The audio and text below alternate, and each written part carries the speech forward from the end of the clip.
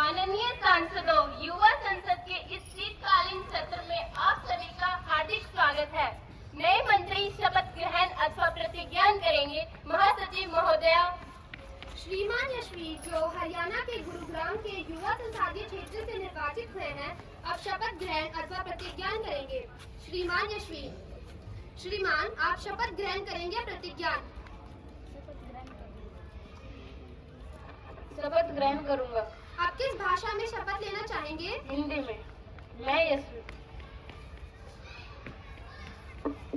यशवी जो युवा संसद की लोकसभा का सदस्य निर्वाचित हुआ हूँ, ईश्वर की शपथ लेता हूँ कि मैं विधि द्वारा स्थापित भारत के संविधान के प्रति निष्ठा और श्रद्धा रखूंगा, देश की प्रभुसत्ता और एकता बनाए रखूंगा तथा जिस पद को मैं ग्रहण करने वाला हूँ उसके कर्तव्यों का श्रद्धापूर्वक निर्वहन करूंगा।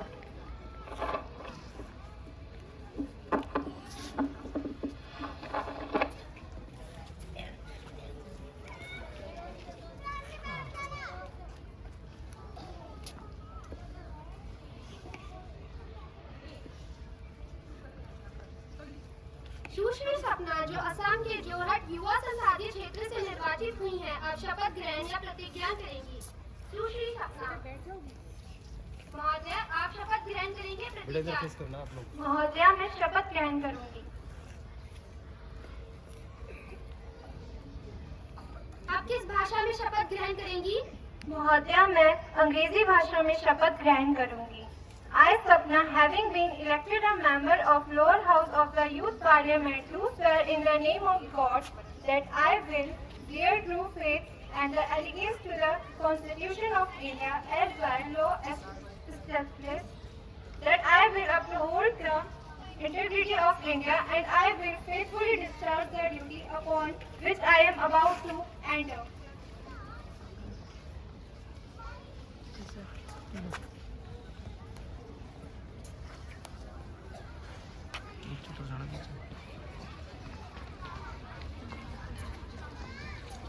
एपिड्यूरी रेफरेंस। माननीय सदस्यगण, चूंकि हम 2 माह पश्चात आज शीतकालीन सत्र के आरंभ पर मिल रहे हैं, मेरा ये दुखद कर्तव्य है कि मैं आप सभी को हमारे सैनिकों के दुखद निधन की सूचना दूं। दिनांक 31 अक्टूबर 2022 को हुए हेलीकॉप्टर क्रैश के फलस्वरूप हमारे 9 वायु सैनिक व 3 अफसरों का निधन हो गया, जो कि पूरे राष्ट्र के लिए अत्यंत पीड़ादायक है। ये सभी सैनिक अपने प्राणों की परवाह किए बिना सदैव देश की रक्षा के लिए तत्पर रहते हैं, जिनकी इस दुर्घटना में आकस्मिक मृत्यु निश्चित ही दुखद है। मैं इन सभी के परिवारों के लिए अपनी गहरी संवेदनाएं व्यक्त करती हूँ। महोदया, मैं अपनी हेलीकॉप्टर क्रैश हादसे में मारे गए सभी सैनिकों को अपनी श्रद्धांजलि अर्पित करता हूँ। हमारे जवान देश की सुरक्षा में विपरीत व कठिन परिस्थितियों में भी हमेशा तत्पर रहते हैं। उनके त्याग, बलिदान व समर्पण की वजह से ही हम देश के भीतर सुरक्षित रहते हैं। हमारे इन सैनिकों की असामयिक मृत्यु अत्यंत दुखपूर्ण है। मैं इन सबके परिजनों के लिए अपनी गहरी संवेदना प्रकट करता हूँ। महोदया, मैं सदन के अन्य नेता द्वारा अर्पित की गई श्रद्धांजलि में स्वयं को संयोजित करती हूँ। देश के लिए जवानों का योगदान अतुलनीय है। वे हमारे कल या आज को बचाने के लिए अपना आज व वर्तमान का बलिदान देते हैं। ऐसे नौ सैनिक सहित थल सैनिक व वायु सैनिक सभी ग्रीष्म से ग्रीष्म, परिश्रम से परिश्रम व्यस्तता में भी हम लोगों के लिए डटे रहते हैं। ऐसे में अपने महान योद्धाओं को खो देना राष्ट्र के लिए एक महान क्षति है। मैं शहीदों के परिजनों से आग्रह करती हूं कि वे स्वयं को अकेला ना समझें, बल्कि पूरा राष्ट्र उनके साथ खड़ा है। ऐसे शोक संतप्त परिवार को मैं अपनी श्रद्धांजलि के लिए स्वयं तथा अपने दल को संयोजित करती हूँ। सदस्यगण अपना गहरा शोक प्रकट करने के लिए कुछ क्षणों के लिए मौन खड़े होंगे।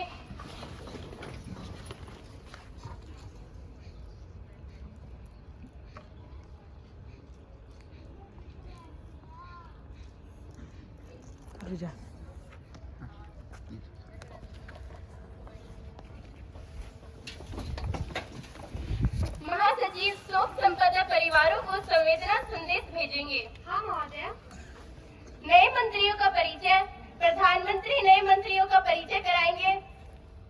अध्यक्ष महोदय, मैं आपके माध्यम से मंत्रिमंडल के नए सदस्यों का सदन से परिचय कराना चाहता हूँ। श्री कार्तिक, भारी उद्योग मंत्री।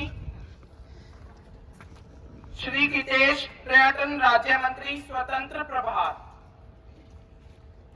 Question R. प्रश्न संख्या 101, सुश्री हंसिका। अध्यक्ष महोदय, क्या माननीय शिक्षा मंत्री ये बताने का कष्ट करेंगे कि केंद्रीय विद्यालय में एक भारत श्रेष्ठ भारत का क्या उद्देश्य है? क्या यह नीति अपने उद्देश्य की पूर्ति में सफल है? यदि नहीं तो सरकार इस संबंध में क्या उपाय सोच रही? शिक्षा मंत्री जी कृपया। महोदया वंशिका, केंद्रीय विद्यालय में एक भारत श्रेष्ठ भारत का मुख्य उद्देश्य राष्ट्रीय एकता को मजबूत करना तथा विभिन्न संस्कृतियों का पारस्परिक आदान प्रदान है। यह नीति अपने उद्देश्य में काफी हद तक सफल है, लेकिन अगर इसमें कोई भी स्थानीय समस्या उत्पन्न होती है तो उसको स्थानीय कारणों को ज्ञात कर उसका समाधान कर दिया जाता है। 102, श्री निखिल। माननीय अध्यक्षा जी, क्या सरकार इस बात से अवगत है कि डॉलर के मुकाबले भारतीय रुपयों का अवमूल्यन लगातार जारी है और यह गिरकर प्रति डॉलर 80 रुपए के ऊपर पहुंच चुका है? इस अवमूल्यन का क्या कारण है? मंत्री जी कृपया। अध्यक्ष महोदया, सरकार को यह जानकारी है कि डॉलर के मुकाबले रुपयों का अवमूल्यन हो रहा है। महोदया, इस अवमूल्यन का प्रमुख कारण सोने के आयात में तीव्र वृद्धि है। महोदया, मैं सदन को सूचित करना चाहूंगा कि भारतीय रुपया भले ही डॉलर की तुलना में 80 के ऊपर पहुंच गया है, लेकिन रुपये के इस अवमूल्यन को रोकने के लिए सरकार और आरबीआई द्वारा कई कदम उठाए गए हैं। आरबीआई ने 12,000 करोड़ के बॉन्ड बेचने का निर्णय लिया है। यह भी निर्णय लिया है कि कोई भी भारतीय अब 2 लाख रुपए की बजाय 75,000 रुपए ही विदेश भेज सकेगा। प्रश्न संख्या 103, श्री यमन। अध्यक्षा जी, मैं यह जानना चाहता हूँ, क्या खाद्य एवं कृषि मंत्री इस तथ्य से अवगत है कि प्याज के मूल्य में बेतहाशा वृद्धि हो रही है तथा प्याज का मूल्य 40 से 50 रुपए प्रति किलो तक पहुँच गया है? यदि हाँ, तो सरकार प्याज के मूल्य में वृद्धि को रोकने के लिए क्या उपाय कर रही है? मंत्री जी कृपया। महंगाई को देखकर दुख में सका समाज, निर्बल जन जीना कठिन, कैसे साधे काज? कैसे साधे काज, कहाँ से लाए राशन? महंगी भाई प्याज, पकेगा कैसे सालन?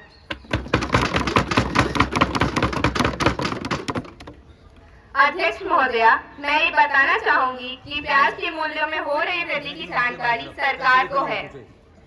प्याज की कीमतों के नियंत्रण के लिए सरकार कई प्रकार के उपाय कर रही है, जैसे राज्य सरकार द्वारा जमाखोरों की दुकानों पर जब्त की जा रही है और दिल्ली सरकार ने आगे बढ़कर सरकारी स्टॉलों पर प्याज बेचने का निर्णय किया है। महोदया, सरकार ने आवश्यक वस्तु अधिनियम के अंतर्गत प्याज के मूल्यों में वृद्धि करने की सूची की है। प्रश्न संख्या 104, श्री आयुष। अध्यक्षा महोदया, मैं माननीय कोयला मंत्री से जानना चाहूंगा कि क्या कोल ब्लॉक्स का आवंटन ओपन टेंडर द्वारा ना करके किसी नीति के तहत किया गया है और इस संबंध में सरकार ने क्या कदम उठाए? मंत्री जी कृपया। अध्यक्ष महोदया, मैं आपके माध्यम से माननीय को सूचित करना चाहती हूँ कि देश में सस्ती बिजली के उत्पादन के लिए ब्लॉक्स का आवंटन ओपन टेंडर द्वारा न करके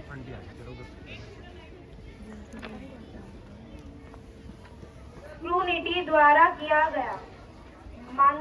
मंत्रालय से जो भी 150 फाइलें गायब हुई हैं, सरकार इसकी जांच कर रही है।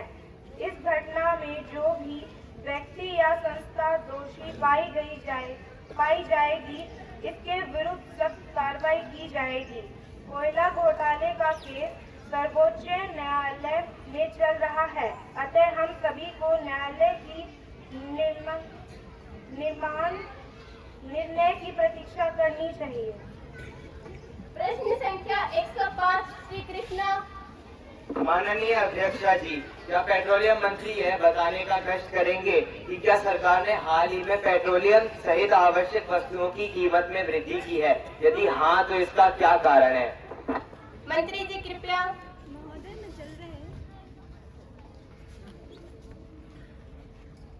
महोदया में चल रहे युद्ध के कारण अंतर्राष्ट्रीय बाजार में कच्चे तेल के दाम काफ़ी बढ़ गए हैं, जिसके परिणाम स्वरूप तेल कंपनियों का घाटा भी बहुत अधिक बढ़ा है।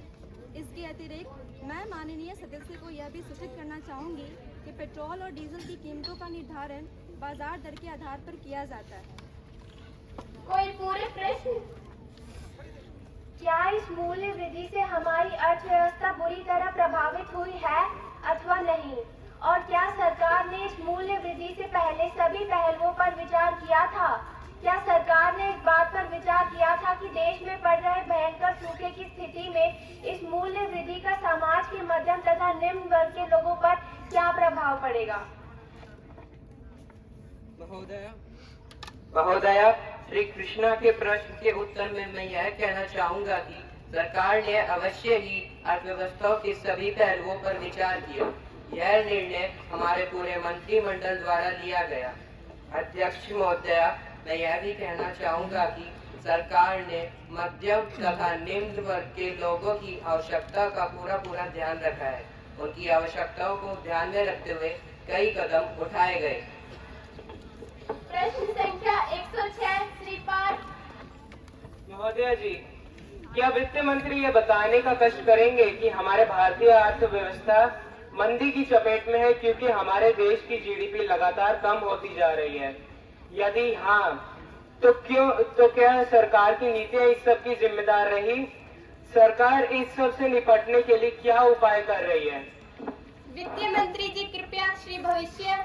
माननीय अध्यक्ष महोदया, यूएसए और यूरोपीय अर्थव्यवस्थाओं में मंदी के असर से भारत भी अछूता नहीं है। नहीं, सरकार की नीतियों एवं मजबूत बुनियाद के कारण हमारी अर्थव्यवस्था अन्य यूरोपीय देशों की अर्थव्यवस्थाओं की तुलना में बहुत अच्छी है।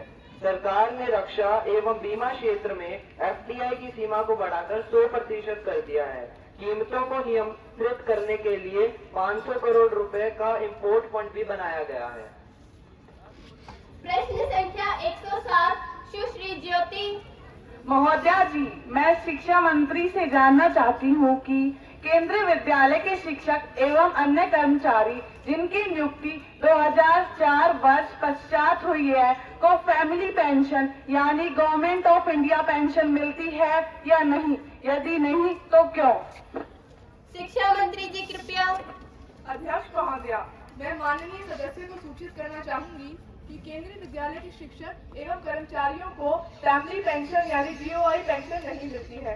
वर्ष 2004 के पूर्व नियुक्त हुए शिक्षकों एवं कर्मचारियों को सीपीएफ तथा वर्ष 2004 के बाद नियुक्त हुए शिक्षकों एवं कर्मचारियों को नई पेंशन स्कीम की सुविधा प्रदान की गई है।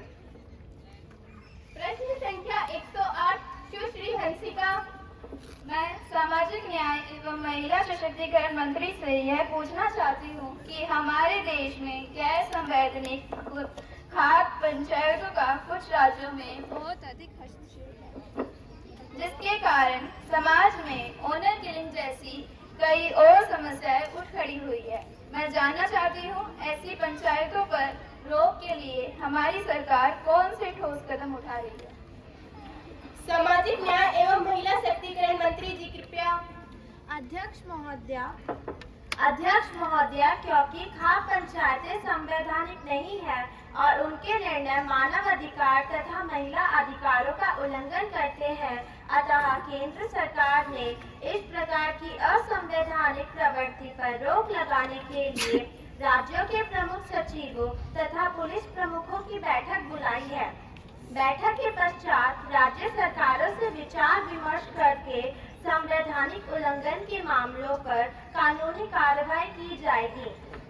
समाज रूपी गाड़ी के दो पहिए, नर और नारी। पुरुष प्रधान समाज में नारी बिनु अधिकार, सृष्टि की रचना करे, पाले घर संसार, आजीवन संसार में सहते दुख अपार। स्वतंत्रता हर जीव का पहला है अधिकार। नारी बस दासी रही और रही लाचार।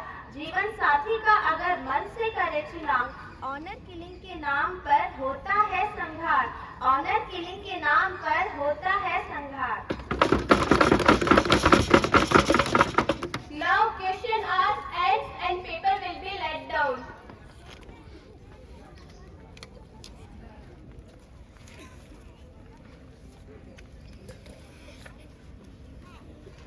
राज्यसभा से संदेश। महासचिव युवा संसद की राज्यसभा से प्राप्त संदेश को पढ़ेंगी। महोदया, मुझे युवा संसद की राज्यसभा से महासचिव से प्राप्त निम्नलिखित संदेश की सूचना देनी है।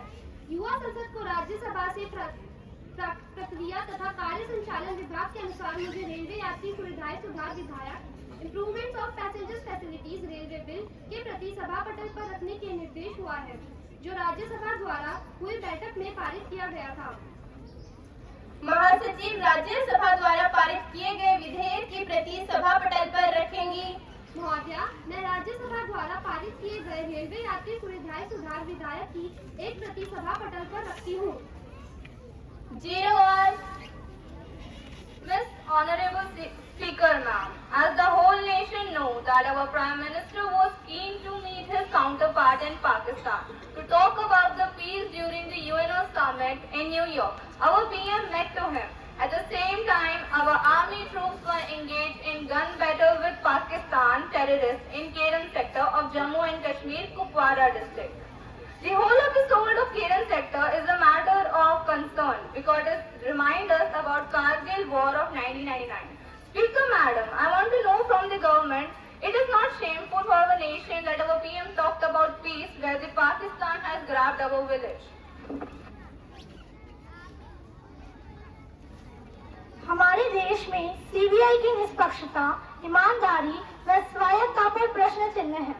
सम्मानित उच्चतम न्यायालय ने भी सीबीआई को पिंजरे में बंद एक तोते की संज्ञा दी है। एक सप्ताह पहले ही सीबीआई ने कुछ राजनेताओं के खिलाफ आय से अधिक संपत्ति के मामलों की जांच को बंद करने का निर्णय लिया है, जिससे एक बार फिर सीबीआई की ईमानदारी पर प्रश्न चिन्ह लग गया है।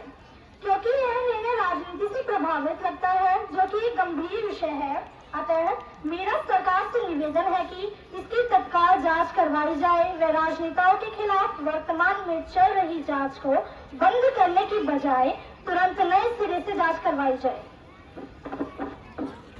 श्रावण भादो साधु हो गए, बादल सब पर सन्यासी, कछुआ चूस गई, धरती रह गई प्यासी।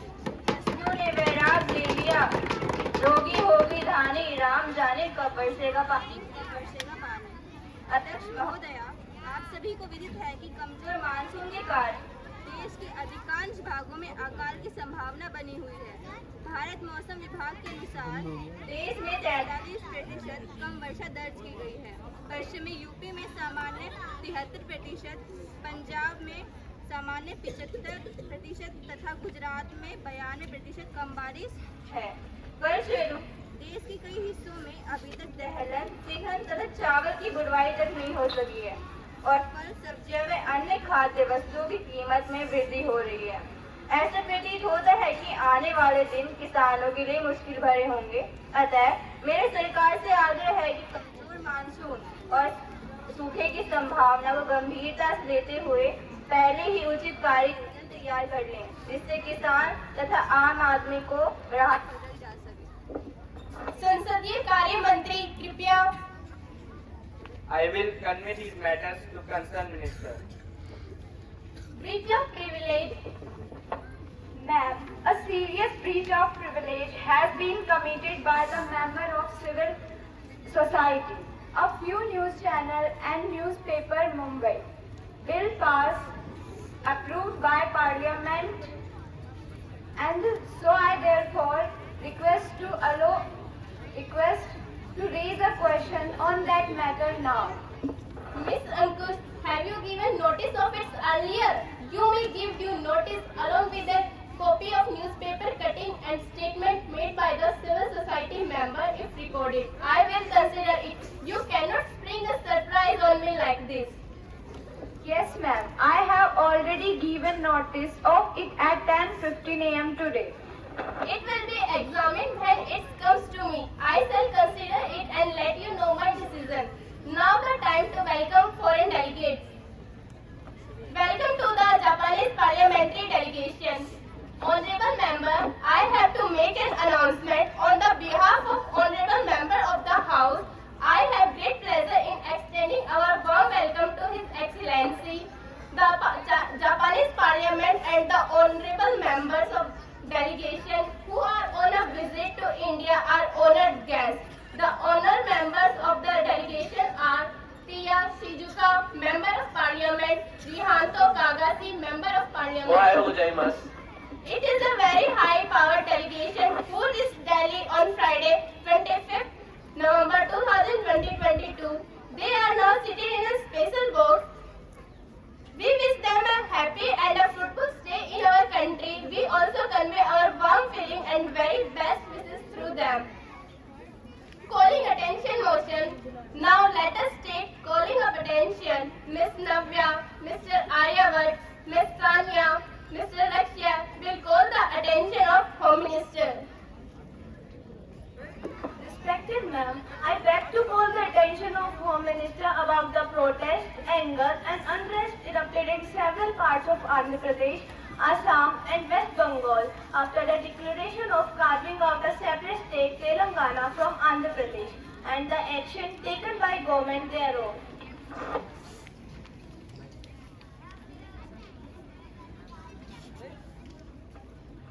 अध्यक्ष जी, मैं माननीय गृह मंत्री जी का ध्यान अलग तेलंगाना राज्य बनाने के बाद उत्पन्न हुई परिस्थितियों की ओर आकर्षित करना चाहता हूँ।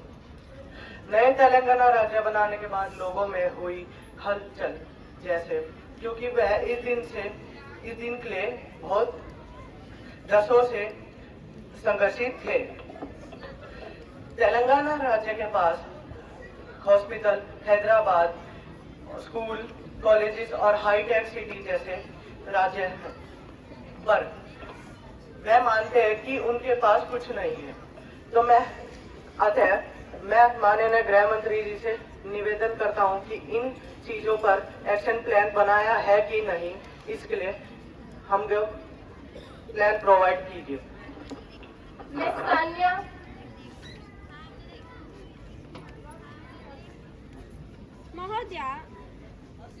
महोदया, मैं आपके माध्यम से गृह मंत्री जी का ध्यान गोरखा जन मुक्ति मोर्चा द्वारा चलाए जा रहे कार्यक्रम की और आंदोलन की ओर ध्यान आकर्षित करना चाहती हूँ।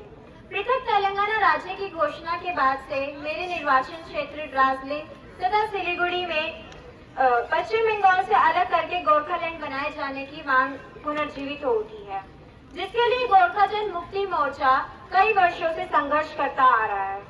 भौगोलिक, आर्थिक, राजनीतिक, सामाजिक तथा सांस्कृतिक रूप से यह मांग उचित प्रतीत होती है।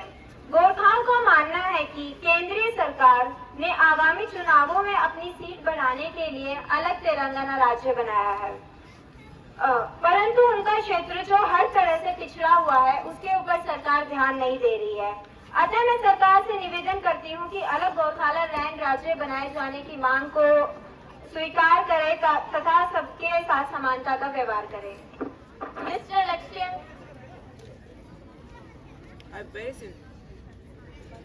I very sincerely draw the attention of Honorable Home Minister towards these going protests.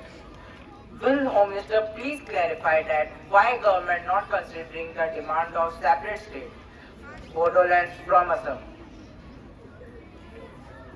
The protests are agitating and violent, turned violent, causedly as well as great damage to public, government offices, buildings, vehicles and private properties. I lastly urge government that the genuine demands of separate statehood like Bodoland, Gorkhaland, Vidarbha and the splitting of Uttar Pradesh into Purvanchal, Bundelkhand, Awadh Pradesh and the Paschimi Uttar Pradesh on all ground of accommodating diversity, ensuring balanced development and representation of all and one. गृह मंत्री जी कृपया। महोदय, अलग तेलंगाना राज्य की घोषणा के बाद आंध्र प्रदेश में कई जगहों पर विरोध प्रदर्शन के दौरान छिटपुट हिंसात्मक घटनाएं हुई हैं। जैसा कि सभी जानते हैं, वहां पर तेलंगाना समर्थकों ने अलग राज्य की घोषणा का स्वागत करा है। वहीं दूसरी तरफ सीमांध्रा तथा रायलसीमा में लोगों ने पृथक तेलंगाना राज्य का विरोध किया है। इसको लेकर वहां हिंसा हुई है। वर्तमान में वहां पर स्थिति पूरी तरह से शांत व नियंत्रण में है तथा पश्चिम बंगाल में विरोध प्रदर्शन तो हो ही रहे हैं, पर हिंसा की खबर गलत है। Now the time for legislative business bill to be introduced. माननीय सामाजिक न्याय मंत्री विधेयक का पुनः स्थापन करेंगे। महोदय, मैं प्रोन्नति में एससी एवं एसटी के आरक्षण के लिए कॉन्स्टिट्यूशन अमेंडमेंट बिल को पूर्व स्थापित करने की अनुमति चाहता हूँ। प्रश्न है, प्रोन्नति में अनुसूचित जाति एवं अनुसूचित जनजाति के आरक्षण के लिए संविधान संशोधन विधेयक में पुनः स्थापन करने के लिए अनुमति प्रदान की जाए। कृपया जो इसके पक्ष में है वो हाँ कहें, जो इसके विपक्ष में है वो ना कहें। नहीं। मैं समझती हूँ हाँ का बहुमत है, हाँ का बहुमत है, हाँ का बहुमत है। अनुमति दी जाए। श्रीमान, मैं विधेयक पूर्ण स्थापित करता हूँ। Bill for consideration. Now the House will take up consideration to the National Sports Development Bill that already has been introduced in last session. Sports Minister, please. धूप में निकलूं घटाओ में नहा कर देखो। अरे धूप में निकलूं घटाओ में नहा कर देखो। जिंदगी क्या है, किताबों को हटा कर देखो। I have the great pleasure and privilege to take up the consideration on National Sports Development Bill. This will be a milestone and a new chapter in the history of sports and games. The very purpose of this bill is to provide development of sports in India, coordination of national teams for participation in international events, fair and transparent functioning of autonomous sports bodies, and welfare measure for sport persons. Promote ethical practices in sports, including elimination of doping practices, fraud of age and sexual harassment of women in sports. Salient features and provisions of this bill are: the central government by rules provides such measures as may be necessary for the promotion and development of sports and welfare of sports, including the elimination of unethical practices in sports. The central government shall by notification establish an affiliate sports tribunal to be known as Sports Dispute Settlement and affiliate to adjudicate any dispute. Ms. Speaker, ma'am, I am confident that all the honorable members of this House, irrespective of party affiliation, will welcome this bill wholeheartedly. I now move the National Sport Development Bill will be taken into consideration. Motion moved. Shri भविष्य। माननीय अध्यक्ष महोदय, मैं इस bill का समर्थन करता हूं, क्योंकि हमारे देश की जो राष्ट्रीय स्तर की टीम है उन्हें अंतर्राष्ट्रीय स्तर तक खेलने के लिए प्रशिक्षक की आवश्यकता है, जिसका प्रावधान इस बिल में है। इस बिल से खेलों में जो विवाद होते हैं उनका निपटारा करने के लिए एप्लीकेट स्पोर्ट्स ट्रिब्यूनल का प्रावधान है, जो किसी भी प्रकार के विवाद का सही निपटारा करने के लिए सहायक होगा। Miss Kalpana. I strongly favor this. I strongly favor this bill for the development of sports activity in our country due to following reason. Since it has provision to promote the sportsmen to win medals in international games and in Olympic games. It helps us to control the use of unfair drugs and which is used by some sportsmen. So I favor this bill.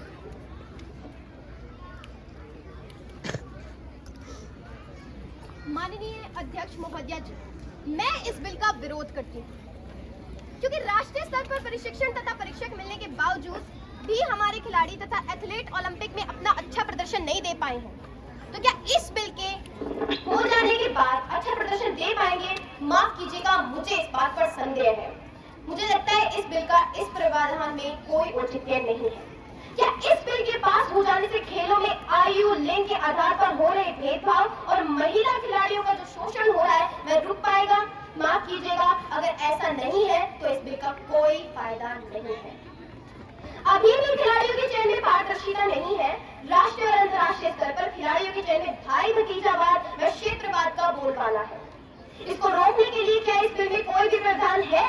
क्या इस bill का पास हो जाना खिलाड़ियों के लिए उनके प्रदर्शन के आधार पर चयन को सराहना देगा? सभी माननीय सदस्यगण भली भांति जानते हैं आईपीएल यानी कि भारतीय प्रीमियर लीग के मैचों के दौरान मैच फिक्सिंग, स्पॉट फिक्सिंग तथा सट्टेबाजी बाहरी पैमाने पर है, जिसमें कुछ क्रिकेटर खिलाड़ियों को तो गिरफ्तार भी किया गया है। सट्टेबाजी में तो राजस्थान रॉयल और चेन्नई सुपर किंग के प्रशासकों तथा बीसीसीआई के दमाद की तो परिस्थितिता भी पाई गई है। तथा सट्टेबाजी को रोकने के लिए क्या यह बिल पास होगा? क्या इस बिल के वर्तमान स्वरूप में मैच फिक्सिंग, स्पॉट फिक्सिंग तथा सट्टेबाजी को रोकने में कारगर होगा? माफ कीजिएगा, मुझे इस बात पर संदेह है। इसलिए मैं चाहती हूँ मेरी राय से इस बिल को इस दिशा में प्रभावी बनाकर पास किया जाना चाहिए।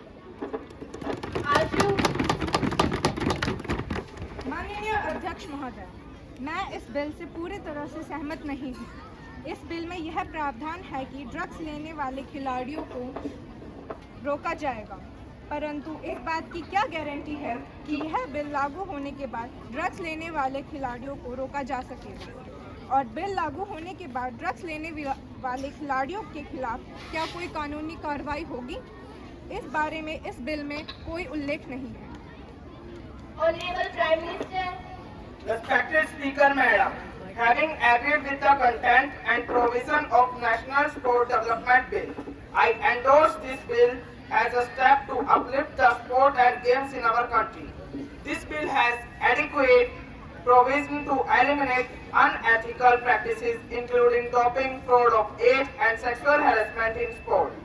It emphasizes on providing international level coaching and other facilities to national teams as well as individual athletes, with a view to end the drought of medals in Olympic, Asian Games and Commonwealth Games by bringing up their performance at per international level.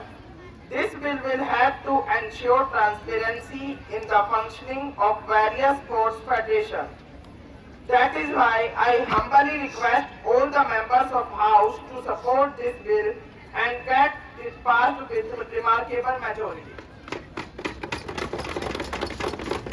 Mr. Ritik, Honorable Speaker Madam, I am disagreeing with the some provision of the proposed bill and many things which could help in the development of sports have been left in this bill.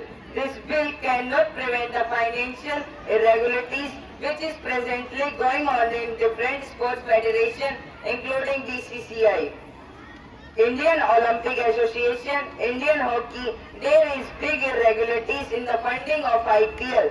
Can this bill in its present form prevent such as financial lacuna? I expect and satisfaction with this bill. माननीय खेल व युवा मामलों के मंत्री जी कृपया। माननीय अध्यक्ष महोदय, मैंने माननीय सदस्यों द्वारा इस बिल के संबंध में व्यक्त की गई आपत्तियों व संदेहों को ध्यानपूर्वक सुना था। मैं आपके माध्यम से सभी सम्माननीय सदस्यों को आश्वासित करती हूँ कि यह बिल इन सभी आपत्तियों और संदेहों का निराकरण करेगा। जैसे कि इस बिल में वित्तीय अनियमितताओं को रोकने के लिए खेल संघों के बजट को पास करने सहित पर्याप्त प्रावधान है। यह बिल मंत्रियों को खेल संघों में पद धारण करने से रोकने के लिए कारगर होगा। आईपीएल के दौरान सामने आई मैच फिक्सिंग, स्पोर्ट फिक्सिंग और सट्टेबाजी जैसी घटनाओं को इस बिल के तहत अपराधी की श्रेणी में रखा गया है तथा उक्त घटनाओं में संतुलित पाए जाने वाले व्यक्ति के लिए कठोर व पर्याप्त सजा के प्रावधान भी बिल में है। अतः मैं सभी माननीयों से मेरा निवेदन है कि इस बिल का तहे दिल से स्वागत करें तथा इसे सदन में प्रचंड बहुमत से पारित करवाएं। The question is that the bill to improve performance of our players and develop sports in our country as per the international standard to be taken into consideration. Those who in favor will say yes, those who are in against say no.